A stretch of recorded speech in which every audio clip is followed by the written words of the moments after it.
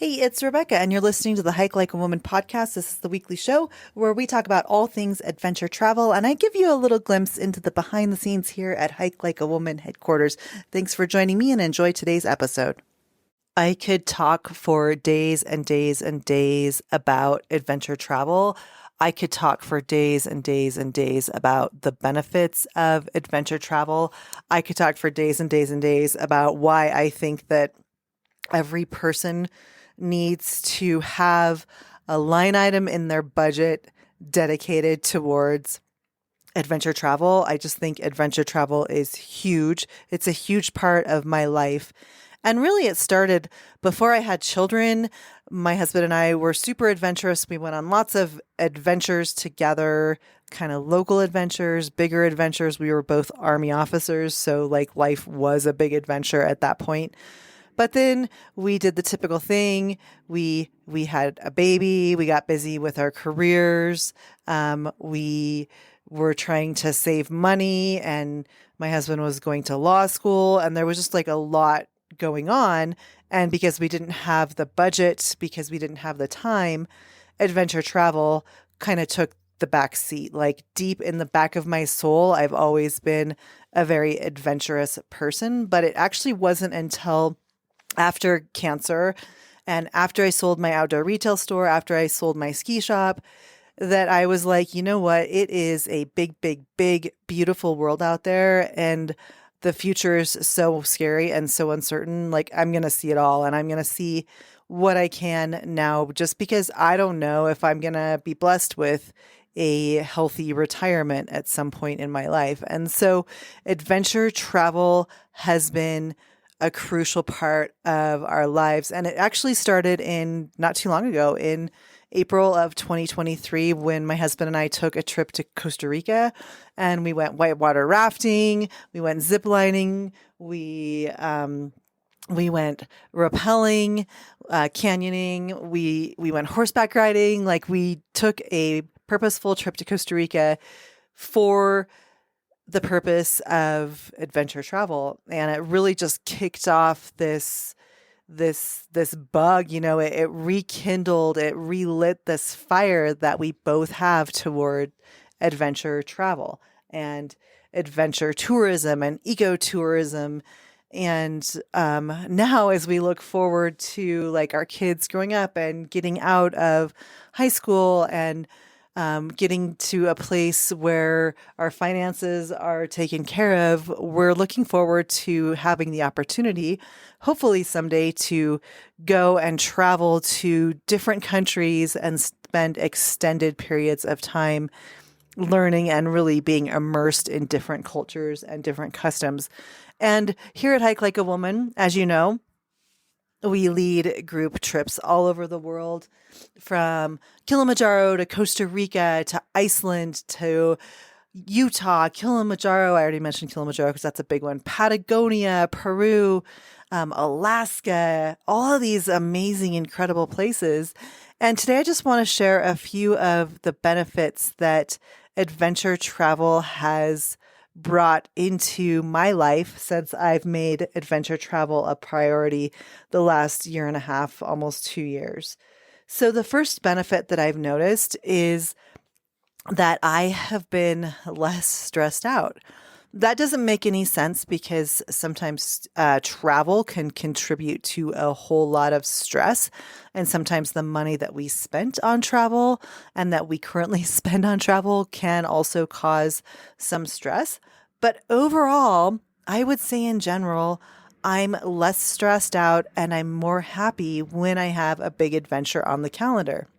And that's because when I'm traveling, I'm realizing I am such a tiny piece of this big, big, big planet that it takes really some of that ego away. I just realized that I'm just part of the universe, and that kind of that shift away from my ego and from myself to just wanting to absorb as much as I can in the cultures and places where I'm traveling actually reduces stress. And so does adventure travel, because like adventure travel is outdoors, and really there's nothing more in my life that reduces stress than being outside in nature.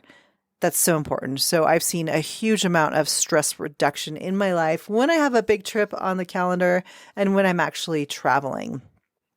Next up, I've seen an increase in confidence.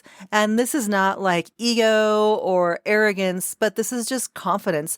There's something to be said about navigating your way through a foreign country, through a foreign city, navigating your way down a trail that you don't know where it goes. This also is about following a guide and trusting in your guide. So adventure travel has really helped me be confident. It's helped me learn that I'm capable of doing really hard things like climbing Mount Kilimanjaro and like doing the Salcante Pass in Peru.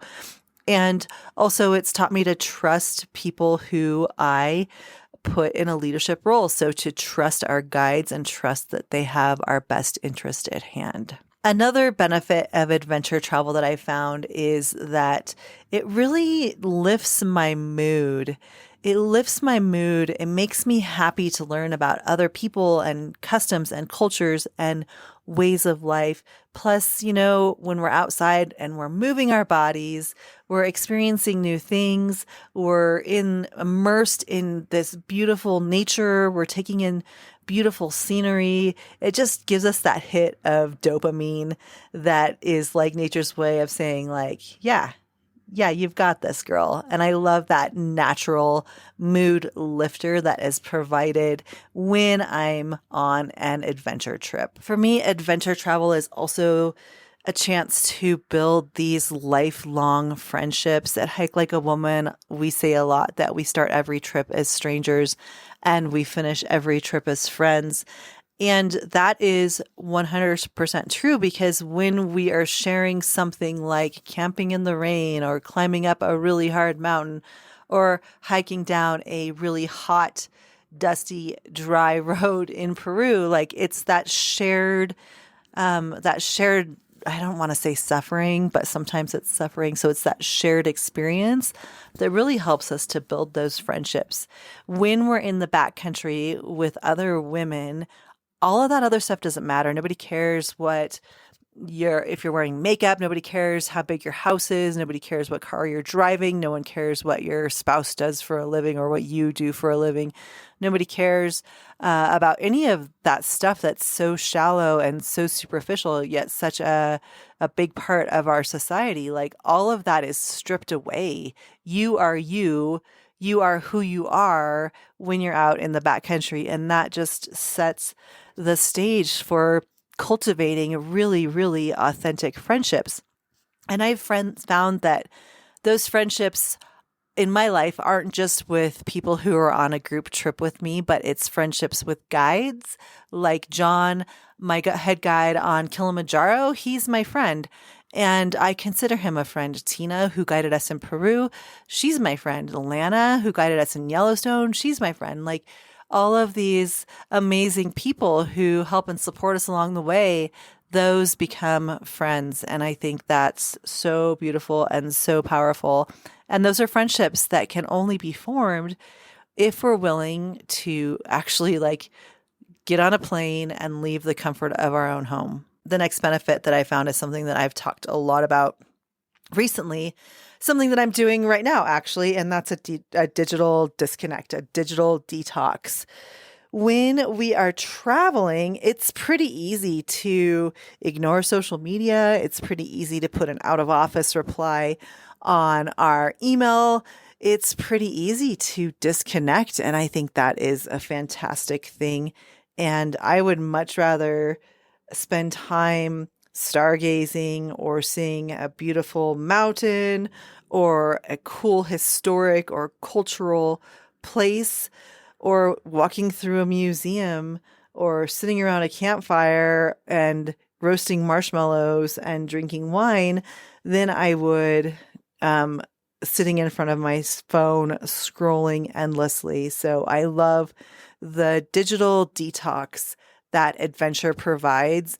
And I'll tell you, it's hard to come back from an adventure trip and sit in the airport and just have your phone go ping, ping, ping, ping, ping because of all the messages that you've missed. I hate that feeling.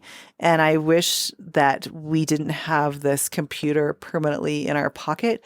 But at the same time, I own and run a digital business and online business. So because of screens and technology, I'm able to do what I do. And I'm so thankful for that. But it's just that fine line we walk between screens and being able to permanently disconnect. And I love being able to disconnect when I'm on an adventure trip. Next, I think that there's a lot of physical and spiritual, mental health benefits that come with adventure travel. And that sounds so weird because usually when I get back from a big trip abroad, I end up getting sick.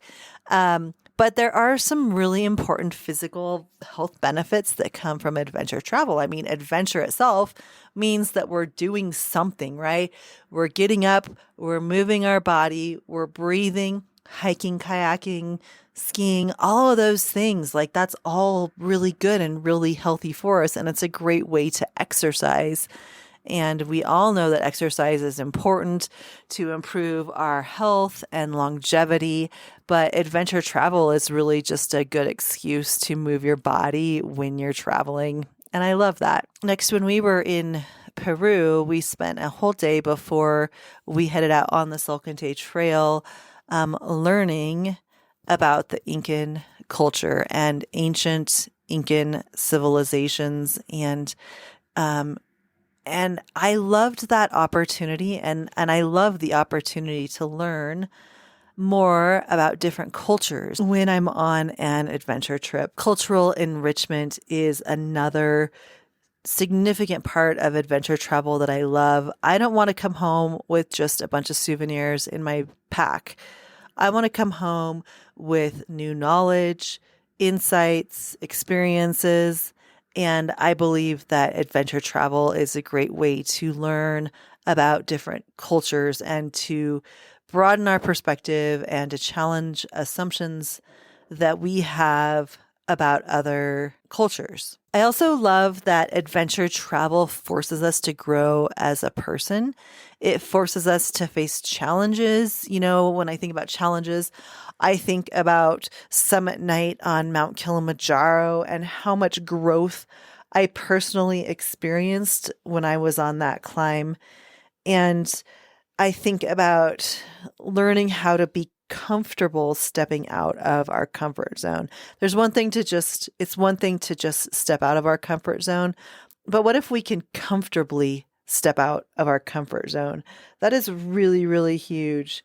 And those opportunities to grow and learn and discover new strengths, it's led to some really profound personal transformation in my own life. So personal growth is a huge, huge, huge benefit of adventure travel. And so is the last one. And I think that is improved problem solving skills. So there's always going to be a challenge when we are traveling to a new place. Let me give you an example here. So when we were in Tanzania, we were in Moshi. We had finished our Kilimanjaro climb. It was the day after our climb. Everyone was so exhausted. And we were checking out of our hotel, and there were, I think, 3 or 4 of us headed to the airport to catch our flight. When we checked out of the hotel, the clerk put our passports on the counter, and I was the last person to check out of the hotel, and I didn't see her put my passport on the counter. And I got on the shuttle to head to the hotel, or to head to the airport, and we didn't have a whole lot of time to get through the Moshi airport. But halfway there, I realized that I didn't have my passport and that I had left my passport sitting on the counter, like the counter at the hotel, a busy hotel in Moshi. So I told the driver what was going on, and our driver picked up the phone and he called the hotel, and the hotel said that they would put my passport They would give it to a driver, give it to somebody on a motorcycle, like a random person on a motorcycle. And the driver told them exactly where we were. And then we had to just wait and trust that that person on the motorcycle would show up with my passport so that I could get on my flight and show up in enough time so that we could all get on our flight without having to be rushed and without missing our flights. Like we were cutting it so close with the time. And I just remember sitting in this shuttle and I was crying because I was so pissed off at myself for doing something so stupid and forgetting to pick up my passport. And I was so frustrated, and I could sense that everybody was anxious to get on the flight and to head home. And I knew I would feel terrible if everybody missed their flights because of me. And it was like we were just waiting and waiting and waiting for some stranger who I didn't even know with my American passport to show up and give me my passport in busy Moshi, Tanzania. Like that is so wild. Eventually, just when we were starting to panic about being able to get to the airport on time, this guy showed up on a motorcycle and he handed me my passport. And I handed him some cash because I was so relieved and I was so thankful to have gotten my passport. And it's the learning how to like solve problems, learning how to stay calm when the shit's really hitting the fan. That is one of the biggest advantages of adventure travel. And also knowing how to just put your trust in somebody else and know that it's all going to work out, right? I put my trust in some random guy on a motorcycle in Moshi, and he could have stolen my passport. I could have been in a world of hurt, but he didn't steal my passport. He brought my passport to me, and I was able to get on my flight, and I was able to get home, and everybody else was able to get home too. It was like a small little miracle, but a small little glimpse into the importance of learning to like think on my feet, adapt to this situation that I was in, and then approach this challenge with optimism that it was all going to work out. So there you have it. Those are my thoughts on adventure travel and some of the benefits of adventure travel and why I think adventure travel is so, so, so important. And listen, if you don't have a big trip on your calendar, maybe you should put one there. And you could put a trip on there with me and come hang out with me in Iceland or Costa Rica or Kilimanjaro or Patagonia, or you could grab a group of friends and put an adventure on the calendar with a group of friends or with your partner or with your spouse or with your family. But put something on the calendar that is going to challenge you a little bit, something on the calendar that's going to force you to learn, force you to grow, force you to adapt, and force you to adjust. Hey, thanks so much for being here. This is Rebecca, and I'll see you next week. Hey, if you've liked the show, I know you're going to love joining us for an upcoming group trip. Head on over to our website, hikelikewoman.com,